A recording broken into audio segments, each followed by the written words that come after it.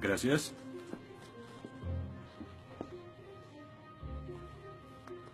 Disculpe, señor... Wheaton. George Wheaton. Señor Wheaton, ¿le pasa algo? No puedo hacer esto.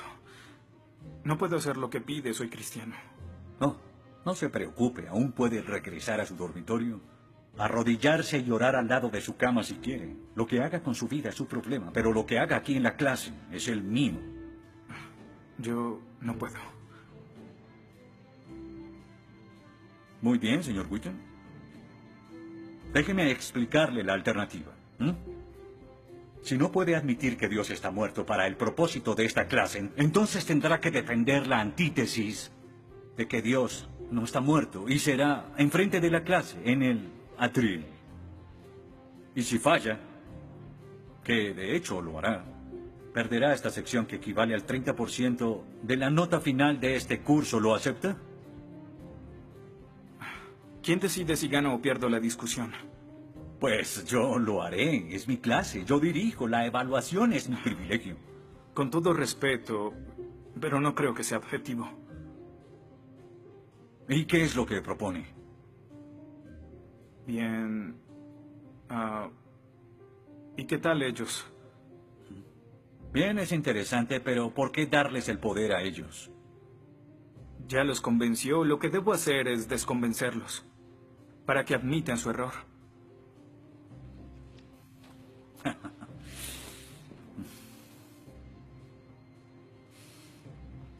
Bien. Señor Wheaton, tendrá 3 sesiones los últimos 20 minutos de las próximas 3 clases para que exponga su punto. Le prometo que haré las menores interrupciones posibles. Puede pedir lo que quiera en la clase, pero no le daré más tiempo.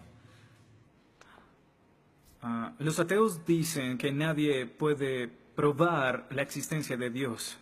Y tienen razón. Pero yo digo que nadie puede refutar que Dios existe.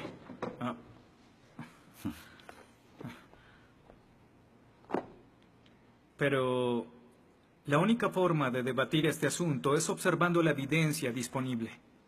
Y es lo que vamos a hacer. Pondremos a Dios en un juicio. Con el profesor Radisson como fiscal y yo como el abogado defensor. Y ustedes como el jurado.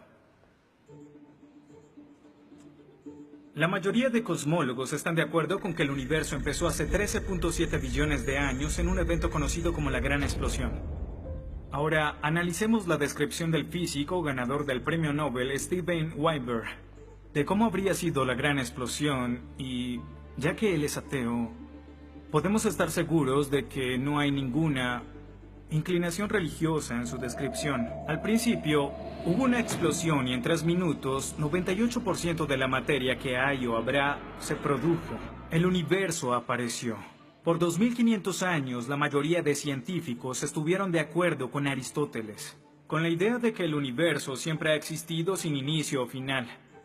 Pero la Biblia no está de acuerdo. En 1920, el astrónomo belga Georges Lemaitre, teísta, que de hecho... ¿Qué es un teísta? Un teísta es alguien que cree en la existencia de Dios. Dijo que todo el universo saltó a la existencia en un billonésimo de segundo.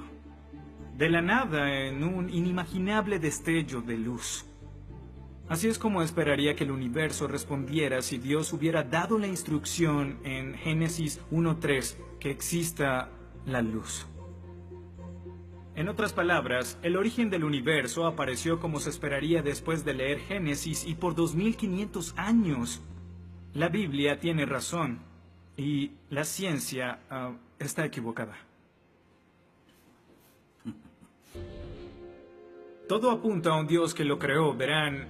En el mundo real no se ven cosas que se salgan de la nada, pero los ateos quieren hacer una excepción en esta regla.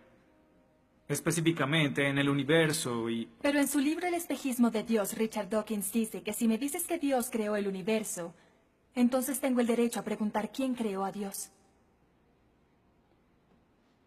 La pregunta de Dawkins solo tiene sentido en términos de un Dios que ha sido creado. No tiene sentido en términos de un Dios no creado.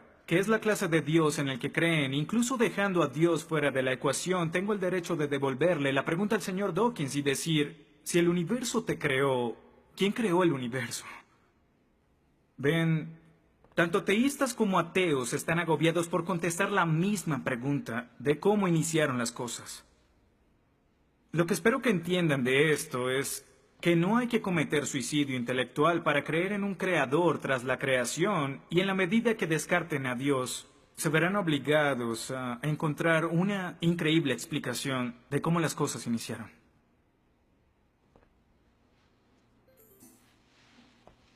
Me imagino que estás satisfecho con tu presentación. Veo que astutamente evadiste el hecho de que Stephen Hawking, el científico más famoso del mundo y no es teísta, recientemente estuvo a favor de un universo autodiseñado. No lo evadí, simplemente... Simplemente no lo sabías.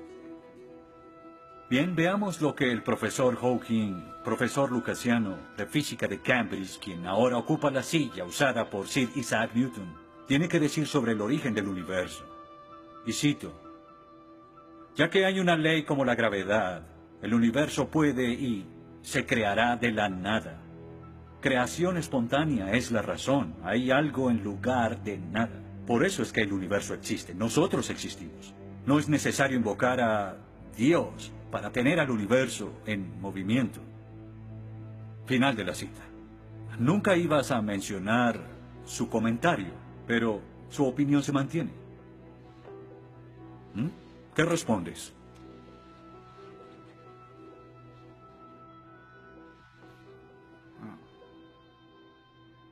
No sé. ¿No sabes? Pinché el globo de todo tu argumento con un solo alfiler y... ¿tú no lo sabes? Oh. Señor, me gustaría decirle que tengo la respuesta perfecta, pero no quebranta mi fe. Oh, ok. Así que el más grande cerebro científico de toda la historia dice que Dios no es necesario, pero un estudiante de primer semestre dice, oh, sí lo es. Wow, ¿sabes? Va a ser una decisión muy difícil. Pues estaré pendiente la próxima semana. Se acabó la clase. Gracias a una ley como la gravedad, el universo puede y se creará de la nada. Y para ser honesto, no sabía cómo refutarlo. Después de todo, es cierto que Hawking es un genio. Pero el profesor John Lennox, quien enseña matemáticas y filosofía, ha demostrado que no hay ni uno ni dos, sino 3 errores de lógica en esa simple frase y se reduce a un razonamiento circular. Hawking básicamente está diciendo que el universo existe porque necesitaba existir, y como el universo necesitaba existir, se creó a sí mismo. Es como si les dijera que la carne enlatada es la mejor que haya existido porque en toda la historia no hay comida que sea mejor. Quizá me vean extraño y les digo que nunca he probado nada más. Y tienen razón, lo estoy ratificando. Pero cuando Hawking afirma que el universo se creó a sí mismo porque así debía ser, y luego dice que tiene una explicación de cómo y por qué fue creado, no reconocemos que está haciendo lo mismo. Pero así es. Continuando con Lennox, sandeces se quedan en sandeces, aunque sean dichas por un famoso científico. Y el público asuma que son declaraciones de la ciencia. Este es el tope de la arrogancia. ¿Me estás diciendo que tú, un estudiante, afirma que Stephen Hawking está mal? No. Lo que digo es que John Lennox, profesor de matemáticas y filosofía, encontró que las razones del profesor Hawking son incorrectas. Y si no soporta mi desacuerdo con Hawking, le sugiero que vaya a la página 5 de su libro, en donde insiste en que la filosofía está muerta. Y si está tan seguro de la infalibilidad de Hawking y la filosofía realmente está muerta, entonces no hay necesidad de esta clase.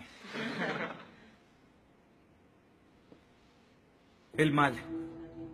Se dice que el mal es el arma más potente del ateísmo contra la fe cristiana. Después de todo, la existencia del mal nos lleva a una pregunta. ¿Y si Dios es tan bueno y tan poderoso, ¿por qué permite que el mal exista? La respuesta a esto es muy simple. Libre albedrío. Dios permite que el mal exista por el libre albedrío. Desde el punto de vista cristiano, Dios tolera el mal en este mundo por un tiempo para que un día todos los que eligieron amarlo estén con Él en el cielo, apartados del mal, pero con el libre albedrío intacto. En otras palabras, la intención de Dios con el mal es destruirlo un día. Oh, qué conveniente. Un día me desharé de todo el mal del mundo, pero hasta ese momento tendrán que lidiar con las guerras, holocaustos, tsunamis, pobreza, hambruna y sida. Que se diviertan. Luego nos enseñará sobre el absolutismo moral. ¿Pero por qué no? El profesor Radisson, quien claramente es ateo, no cree en absolutismo moral, pero en su programa dice que planea hacernos un examen en la última semana. Apuesto a que si consigo una A en el examen haciendo trampa, inmediatamente empezará a sonar como un cristiano, insistiendo que está mal hacerlo. ¿Y qué base tendría él?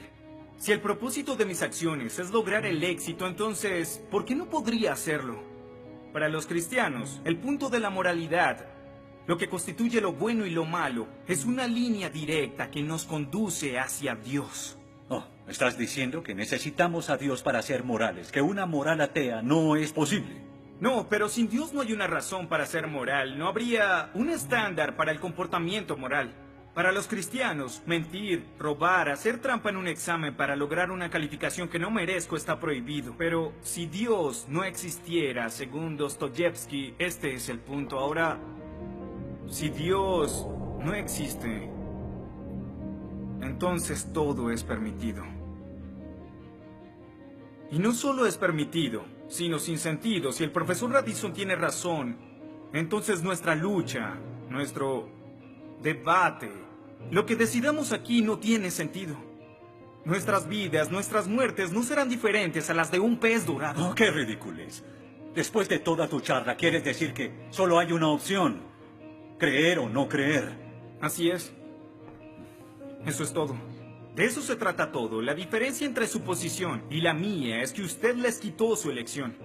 Les exigió que eligieran la casilla marcada con no creo. Sí, porque quiero liberarlos. Porque la religión es como un virus mental que los padres han heredado a sus hijos. Y el cristianismo es el peor de todos. Lentamente se mete en tu vida cuando estás débil, enfermo o indefenso. ¿La religión es una enfermedad? Sí. Sí, infecta todo. Es la enemiga de la razón. ¿Razón? Profesor, usted dejó la razón hace mucho tiempo. Lo que nos está enseñando aquí no es filosofía, ni siquiera es ateísmo. Lo que nos está enseñando aquí es antiteísmo. No es suficiente. Necesita que todos no creamos como usted. ¿Por qué no admites la verdad? ¿Quieres enredarlos en tu primitiva superstición? Lo que quiero es que tomen su propia decisión. Eso es lo que Dios No sabes quiere. cuánto voy a disfrutar reprobándote. Pero ¿a quién realmente quiere reprobar, profesor? ¿A mí o a Dios?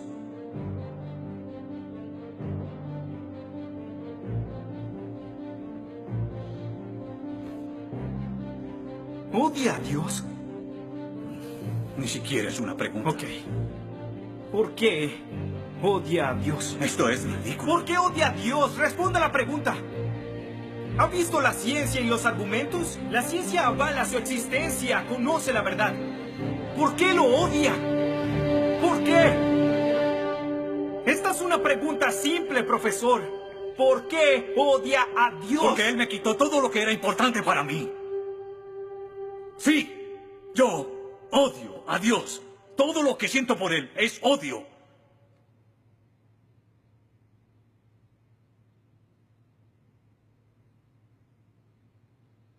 ¿Cómo puede odiar a Dios si no existe?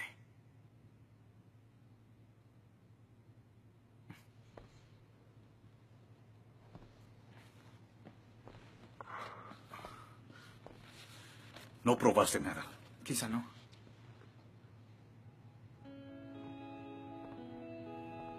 Ellos deben elegir.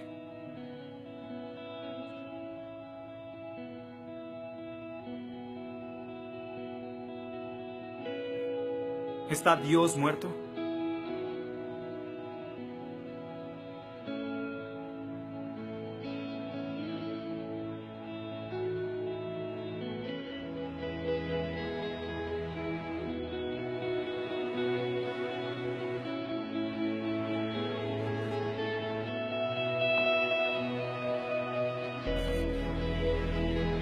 Dios no está muerto.